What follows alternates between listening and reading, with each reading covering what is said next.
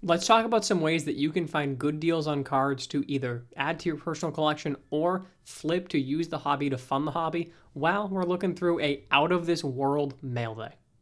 Now, before we get to this mail day, I just want to highlight that if you guys ever see anything that you are interested in, whether it be in this video or in another video, all of my inventory ends up over on my Whatnot, whether it be as a buy it now that's available to you 24/7 or as a dollar auction. We are normally live on Wednesdays at 6 o'clock Central Time and Sundays at noon Central. So all of these cards are all inventory that I'm looking to sell, looking to, either add to your collection or give you as inventory to maybe hopefully go make some money with yourself.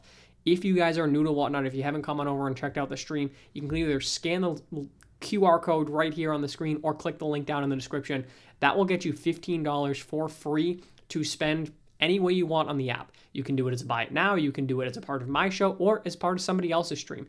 There are tons of deals. I'm constantly buying inventory and Whatnot as well as selling inventory, so there's a lot of great sellers on top of me. But of course, I would appreciate it if you come and spend it in my stream. We're also going to be having some really, really big streams, both for the Whatnot card show on April 3rd at 6 o'clock Central, and for opening day, March 27th. We've got a ton of cool cards we're going to be selling, as well as our opening day mystery packs. You guys aren't going to want to miss that. If you want details on those, make sure to hit that subscribe button because we'll have more info very soon there. But enough yapping, let's get to the cards.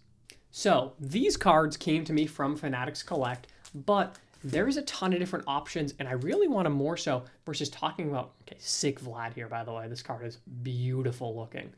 But what I also really want to talk about is the general concepts and principles that will allow you to find good deals on cards. And that is something that I took advantage here on Fanatics Collect, which is finding deals and finding places where maybe there are less eyes, which means you might be able to get a better deal. Now, these are generally lower end cards that I bought over on Fanatics Collect, and we were able to get some really solid deals. I want you guys to guess at the end of the video how much you think we paid for all of this, but that same sentiment, really cool pool house here, by the way, numbered out of 75. That same sentiment goes for any marketplace, any place, etc. Grabbed a ton of these skeins. I think there were 7 of them total. Yeah, a ton of skeins, refractors, can't go wrong there. But if you're looking, say, on Whatnot, now, there are a couple of different things. One, you're just trying to find things that cards of people that maybe just they're not bidding on. You go and you find somebody who's a newer seller who is just getting themselves started off. I love supporting those newer sellers. I always try and raid somebody at the end of my stream that is new versus a bigger seller. I know for me that it could maybe get me a little bit of a boost, but I'd rather help out the little guy. But go check out somebody who's got, 15 viewers. There's going to be less competition, less bidding competition for you in that stream. You can also go, if you just sit and wait, compare what a Whatnot auction ends at to a eBay auction. A lot of eBay auctions, you have a lot of people watching. For me, my Whatnot room is going to have 100 people in it roughly. Sometimes there's stuff that goes for 40, 50% comp. You never know. If you're just sitting, hanging out, talking, spend your time, enjoy the stream, but you never know when there's going to be a good deal that comes up. So being able to take advantage when others are either not paying attention, others are maybe sleeping quite literally, eBay auctions ending at, 3 in the morning, things like that. Love this Bobby Witt Royal Flush. Thought it was funny because he won Rookie of the Year. You get it? I thought it was pretty good.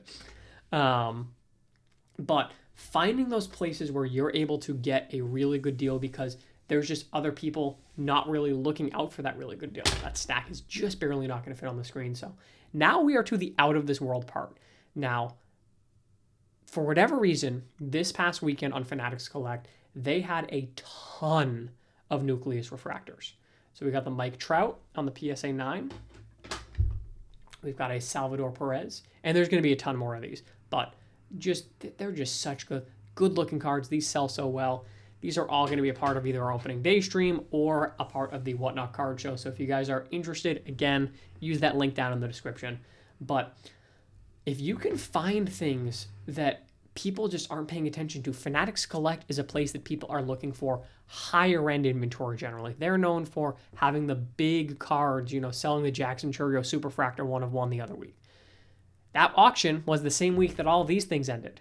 That Churio went for like $70,000. These went for I think on average $20 each, which is pretty crazy considering some of the names and players, and these are all 10s from this point on.